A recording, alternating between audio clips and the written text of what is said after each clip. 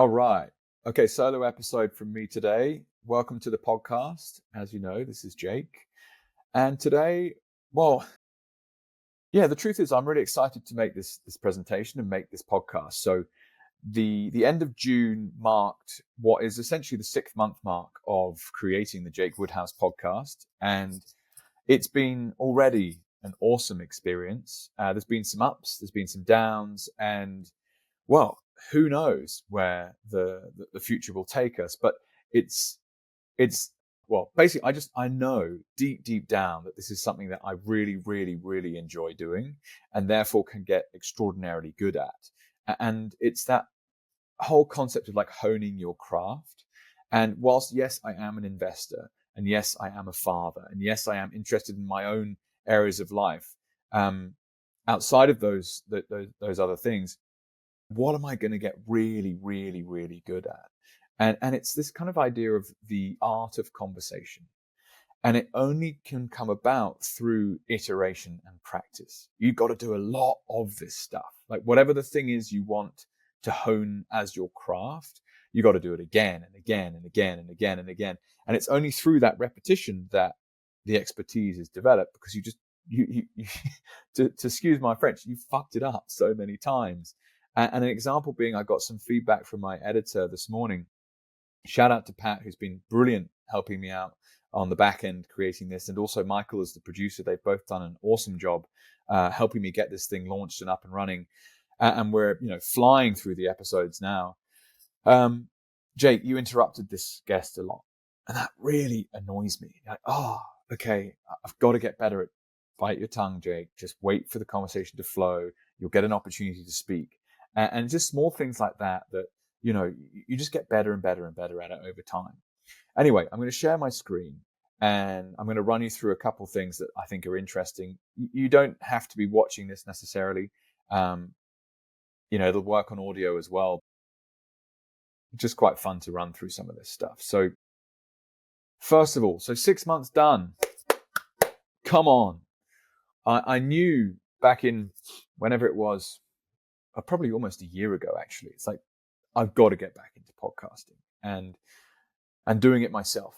Don't get sidetracked by other people who want you to be involved in their projects, whatever they're creating. It's actually get down to basics. What do you love doing?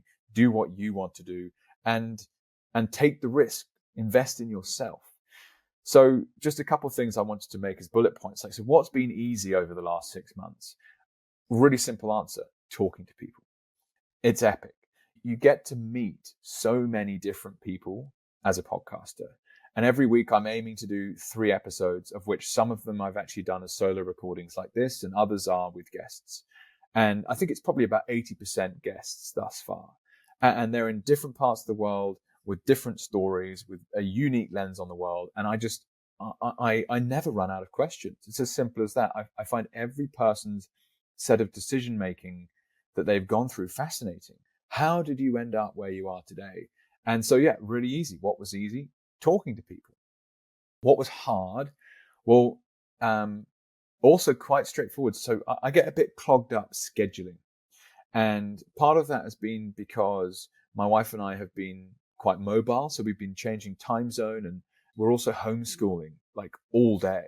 So I've got this window after the kids are in bed at night of like 7 or 8 p.m. that works well. But equally, it's impossible to get all the correct time zones that you need if you just do that 8 p.m. slot. So it's like, okay, when during the daytime might work? Then I've got to organize that she's not doing something, and I've got to organize that someone's looking after the kids. And it's just a bit painful for me. Saying that, when you get in touch with people, it's extraordinary how easy it is to get people to become a guest. They just really like, yep, sure, I'll come on, boom, boom, boom, and they're in. So it's not that there's a lack of guests. It's just that I am a bit stodgy with the process. So I've got a workflow that I have created where I'm basically taking a name as I come across someone else's content, and I'm like inviting them, or have they been invited, or are they scheduled? Has the podcast been produced? Which is kind of useful. Obviously, is like basically like a CRM database for like who's come on the show and who's like about to come on the show and who would you ideally like to have. And I feel it's important just from an energetics perspective. It's like no guest is unattainable as long as you do this for long enough, which is wild. Like at some stage, I will have been doing this podcast for years and years and years.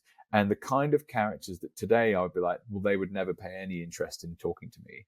That will slowly change, whether that be leaders of the nation state, whether that be, world-class investors that I've been studying for a long time, whether that be entrepreneurs or political figures or celebrities of some kind. I don't know. The key is that they will be people that have done extraordinary things in their life and are willing to teach other people about how they got to becoming who they are today.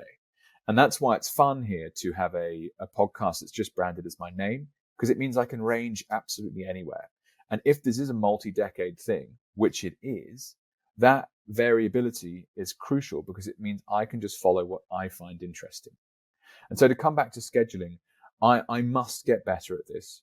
And it's a case of like, okay, sit down, allocate some time to it.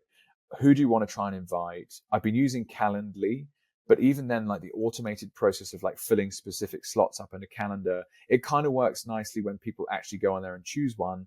But like sometimes I just never hear from a guest. And in some way, it's just like, I've got this available. Are you in? And I should just do it manually, perhaps. Like whatever is the least of a friction for the potential guest. At the same time, I guess part of it is also just admitting to the flow of things. Like if someone doesn't really feel like spending their time with you, they're not going to come on. And if they're not going to really feel like spending time with you, they frankly shouldn't come on, because the conversation quality won't be as high as someone who's like, oh, I'm really pumped. I've seen Jake bashing out all this cool content, had some really fascinating guests on. I learned a little bit from this show. I did some research on Jake on this show, and actually interested to ask me questions too.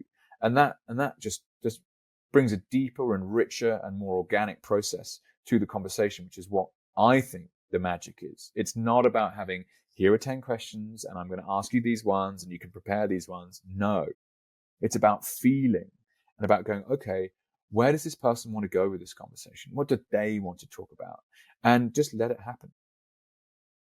So that was a long answer to like what was hard. But yeah, so scheduling is the one area that I really want to get on top of. I guess the final point being is I still think it's very, very important that I do this myself, because as the host of the conversation, if I was to outsource the scheduling process to someone like a Michael or a Pat who are already working alongside me, I could do that and say, guys, these are the podcast slots I've got available. Fill them up with these names. Go. But what does that feel like for the potential guest? Does that feel like a nice invitation? Or is it actually like, oh, I heard you on this podcast. Hi, my name's Jake. I thought you were brilliant. I'd love you to come on my podcast. Are you keen? It's a very different sell. It's like an actual handshake. And I also really love warm introductions. Something I did after 50 episodes was go to all the previous 50 guests and say, can you introduce me to one person that you'd like to see come on the show? And half of them didn't reply. Totally fine. The half that did, some were like, can't think of anyone right now. Or, oh, here's actually 4 names. Boom, boom, boom, emails to all of them. And you've got conversations now going with a whole heap more guests that you, in some cases, never even heard of. And that's what's fun about this kind of networking process that is podcasting. So to move on to the next bullet point, what are you happy about? Well, my conviction growth is awesome. I can feel it. It's like I know in my deepest hearts, this is something I'm going to do for a long, long time. And so the only way to fail is to stop. And so when I have those difficult moments, like, oh, this scheduling process is a pain in the ass. Oh, I've run out of guests. Oh, I've got no new content and like I need to put something out tomorrow. Do the work, Jake. And it's in the work that the interesting part of this comes out, because no one's an overnight success. That's a complete and utter load of horseshit. And we all know that. So this is the proof of work. It's the hard yards when it's like, oh, that video got 4 views on YouTube. It's dreadful. Like, what's the point of even doing it? But the point is the repetition. It's the crunch. It's the hard yards that you do on the way to the place you're trying to get to. And for me, this is like, try to build a genuinely world-class podcast. And that means having really hard conversations with really interesting people and having no fear whatsoever about subject topic. Like, the self-censoring that's going on, and the like, I'm going to get kicked off this platform. That is, to me, that's a vicious virus that is attacking truth, honesty, and genuine conversation. And that has to be ignored. And we just got to forge forwards. And what's fun in some ways is realizing like how many different things I thought were true, or that I've always believed, but like, are they true? Why do you know that? Why were you told that? That's a conversation for another time. Some other areas I'm really happy about is inbound inquiry. So I'm starting to see people approach me and say, Jake, I saw this, really keen. Can I come on the show? And, or someone who will come up shortly running a media agency, helping businesses raise money or raise their general like brand awareness or whatever they might be working on, saying, hey, Jake, I've got these like 4 or 5 business founders that would be really good guests for you. Would you like to come on? That's Phil. Phil's going to be recording with me in a couple of weeks' time. I said, well, actually, Phil, I'd like to talk to you first before you make these introductions. Like, who are you? And what's brought you to this point? And how do you see an opportunity to build a media business in this niche that we really like, being predominantly Bitcoin, but also just the wider kind of freedom tech conversation? So inbound inquiry is picking up. And then finally, feedback. Like I get DMs from people where they're like, Jake, I really love what you're doing. It's really authentic. Don't stop. And you're like, wow, what incredible feedback. Or you see comments and it's slowly picking up. Now, next point. So what opportunities arose? One of the things I learned about Bitcoin, about podcasting with the project that was Bitcoin with Jake, is that the balance sheet of that podcast was basically break even. When I looked at how much it cost me to create, I didn't pay myself at all. And I had Pat helping me produce it on the back end. And I had a couple of sponsorship contracts. It basically, it just about washed its face. And that was a year's worth of podcasting. And what's not an obvious benefit from a kind of balance sheet perspective is the opportunities that come out of it, whether they be business startups, whether they be investments, whether they be friends that you didn't know you would come across, or just generally the intellectual investment that you're making. So you just learn so much about what people are doing, what works, what doesn't work, where's really interesting. And frankly, like you build an edge, right? Like you are getting more and more wisdom. And for that, that's priceless, right? And that's why I always recommend to people, start podcasting, start today. Get your first guests on. I'll do the 30-day challenge with you. You will get your first episode out within 30 days if you do this coaching. And people want to. They're keen, which is great. So specific opportunities. So Satlantis, shout out to Alex Fetsky and what they're doing. I'm about to make my first early stage equity investment in over 5 years. The business is a fascinating kind of Nostr Bitcoin AI play. And it's the first thing I've come across that I'm like, that's a really, really interesting business. And as a person that's studied investing for many years now, like what was it actually like in the 90s investing in internet companies? It's the stuff of legend in many ways. Or equally some of the more kind of famous content players that you might come across, like a Gary Vee or something, they put money into Twitter at the very start. Like what is the equivalent of Twitter today? Well, in my opinion, Atlantis is something like that. Now, obviously, it's not the same business because it's going to build out on different technology rails, and we're 20 years down the line, right? But the point is like this has that flavor. That's worth a bet.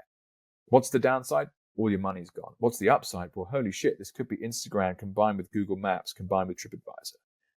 That's something very, very exciting.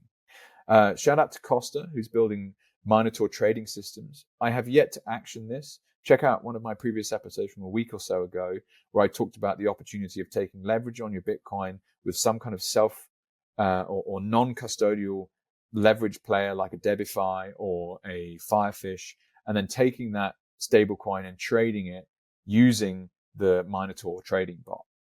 Now, because of creating this podcast, I'm always looking for opportunities out of it. Do I definitely want to sell adverts? I have some sponsor contracts, the kind of traditional media play, maybe. But actually, I could also sell my own products. I could have some kind of ebook or whatever you might want to sell. Or equally, if it's just driving returns through investments that I can make, well, that wipes its face on its own. And this would be a good way of potentially doing that. Finally, I had one conversation with Diana, who's organizing the Indonesia Bitcoin conference in September this year. Shout out to her and the team that are creating that. I was the MC for the first Indonesia Bitcoin conference in Bali, which was an awesome experience. And I was interested in doing the latest one that they're creating. Now, the truth is, it didn't align in terms of where I'm actually going to be in the world, and I can't do it.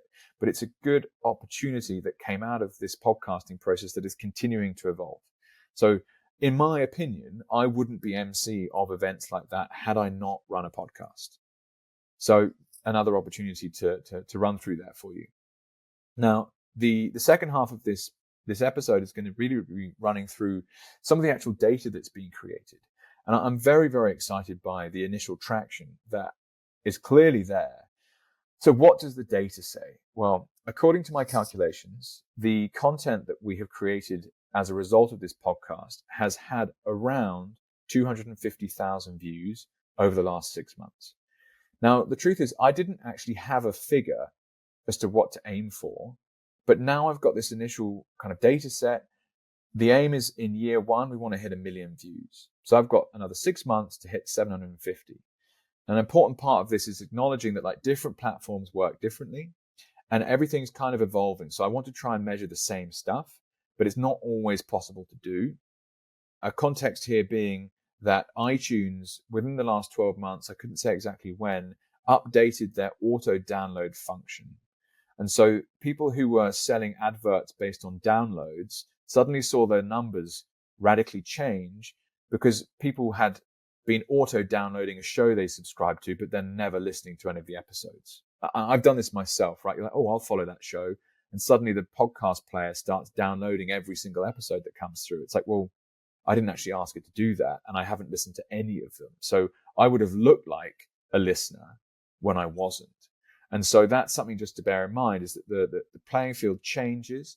And if I was to sell exposure, that's how I would think of it. Like if a brand wants to partner with me for the exposure I can give them, I'm going to give it to them in lots of different ways. So one is long form podcast episodes, but then it's also medium clips, and then it's short form clips.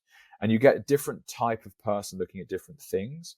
But what I like to think of it as is a funnel, so that the short form clips act as a kind of top of funnel. And they're like, oh, that was a good 60 or 90 seconds of someone talking and some B-roll footage and maybe some music. And shout out to Pat, who's really done a lot of work at improving on that. And I'm 100% going to back him to continue to learn more. And I've invested in some teaching programs and things like that to actually like upskill the team, which is a big part of this. Like the content we pump out today versus what we'll do a year from now versus what we'll do 5 years from now, it's going to be orders of magnitude better in terms of quality. Anyway, I'm trying to track the same things. So just to run you through some of these tabs I've got open.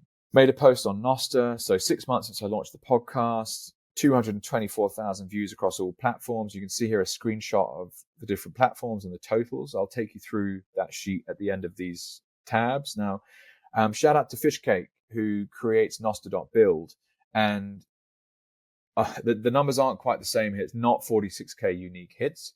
But I wasn't able to track how many views the content I was posting on Nostr was getting.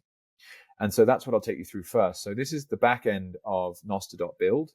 So I've posted tons of content using this product. And, you know, some of them are still images, some of them are short form clips, some of them are medium clips, some of them are, you know, full long form episodes. What wasn't possible until this weekend, shout out to Fishcake for this work, is to look at the stats. So you can see here, I've had 21,300 unique hits. So you have to be very careful how you calculate these things. If you put up a 5-minute long video and the same user looks at it like 5 times, that should not necessarily count as 5 hits. It's one user. So if you were to sell an advert as a use case, that's just one person that saw it, not 5. And so doctoring these numbers or massaging these numbers to make it look like more people are seeing your stuff, long-term, is not the way to play this game. It also distorts what is valuable, i.e. when I'm creating stuff, I can then see what people resonated with the most because of the performance of the content. So first and foremost, what's useful about this data is to understand, well, that's what we should create more of. And what was really fun and what I didn't know until now is that this video with Max Hillenbrand, shout out to Max, was the most popular. And I believe it's just a short clip of part of the episode that we did together. 993 unique hits. So that's almost 1,000 views, which on my YouTube stats, you'll see soon, is actually, it's right up there with some of the most popular content I posted on YouTube in the last 6 months, which is not something you would have guessed. It's like, hang on a second. So Nostr has got me 21,000 unique hits in 6 months, but no one uses Nostr. Don't post content there. That's a waste of time. Well, this clearly shows you that that's not true. Now, what's going to be quite fun is over time, and it hasn't been built yet, you'll be able to see, what day these hits were from, the unique hits, what week, what month. You'll be able to see geographic areas. You'll be able to see which client they came through. So you can see here Primal, Yakihone, Jumble.social, something I've not even heard of. Like, what client is that? I need to go and check that out. Next up is Rumble. Now, interestingly, I've been calculating raw views, but now I see there's also a unique views metric. So perhaps that's what I should be calculating if that's what I'm doing with Nostr. So maybe I need to rejig my numbers a little bit there. Again, I don't want the data to lie to myself, first and foremost, and therefore I should do this properly. I use Spotify still on the back end for the RSS feeds. I'd be interested on moving to Fountain very soon, so I'm going to have a look at what they've built. Shout out to the team there. They're doing really, really cool stuff. And interestingly, of my RSS feed listeners, over half of them come from Fountain. I think we can even see that here. Streams and downloads. Audience. You can see demographics. You can see age. There's so much stuff here. Here we go. Apps. Look at that. Fountain, 49.5% of the listens that I've received. Oh, that's in the last 30 days. Let's do all time. Look at that. 62% of the RSS feed listens I've had as a podcast thus far have been on Fountain. I would never, ever have guessed that. Now, this has been a flop, no doubt about it. TikTok. Why did I post on TikTok? Chinese spying platform, to be blunt. Because there's a ton of people that use TikTok. So why wouldn't you? But this has been a complete fail. Like, no one's looked at it. And so we actually stopped posting. It's like, what's the point giving energy to this thing when it's not working? Now, maybe what I need to do is bring into the team some kind of TikTok specialist and say, look, here's our database of content. You know how to make TikTok work. Go. That's not something I've done yet, and I might consider it. So if anyone's listening is a TikTok expert, do reach out, because it's something that I might well invest into. But an important point that you may have heard me talk about before is that I'm so bullish on Nostr, more so now than I was even 6 months ago, because of the fact you own the data. It is user-centric. If you keep that MPub and NSEC separate and no one ever gets hold of it from you, all of the data that you post using the Nostr protocol is uncensorable. It cannot be deleted because of the way the relays function. Or it's very, very difficult to shut down, I think is a better way of saying it. So it's kind of like posting early YouTube videos, but knowing that you will always keep the history of your MPub and NSEC key pair. Like, this is massive, absolutely massive. You think about the problems that people have getting deplatformed from the likes of YouTube. If you've been a US-based TikTok player until recently, they just switched you off, right? With Nostr, it completely flips that game and you're in control, which is great. Now, I guess this is unsurprising in a sense, but Twitter has been the most important place for the content that I've posted. I'm not measuring impressions on Twitter. I'm actually looking at just video. So 1 year, I've only been going that. So 55,000 views from all the video we've posted. So that's the long form episodes, the medium clips, the short clips. Wow, that's not bad at all. And then here on YouTube, again, this is all time. So 56,000 on YouTube as well. So YouTube, Twitter, pretty similar to each other. So, okay, is that where I think we'd end up? I don't know. What always blows my idea is the watch time. 1.8.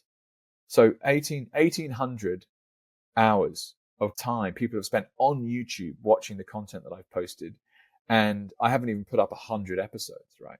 So that's just, in some ways, a metric that I really love, because it's like, how much time do people spend watching your stuff? It's like 1,800 hours on YouTube on its own. That's absolutely nuts. Let's go back to Nostr quickly. No, there's no time spent yet, but I'm sure that will come.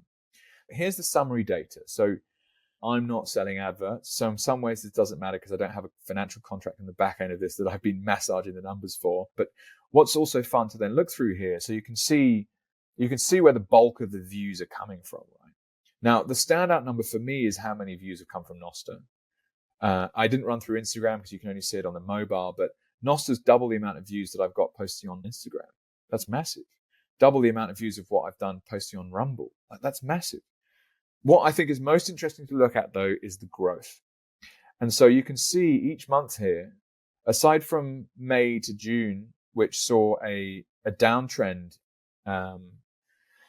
in the numbers, like generally speaking, it's getting higher and higher and higher and higher and higher.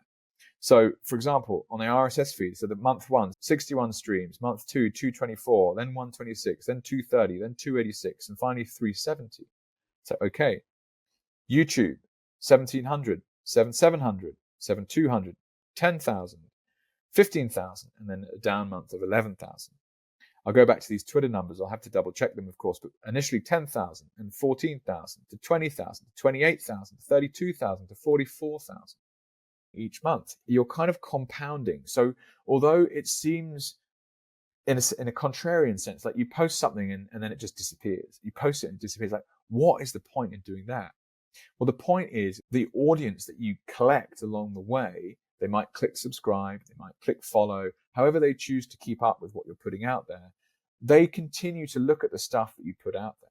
And that's why consistency is so important.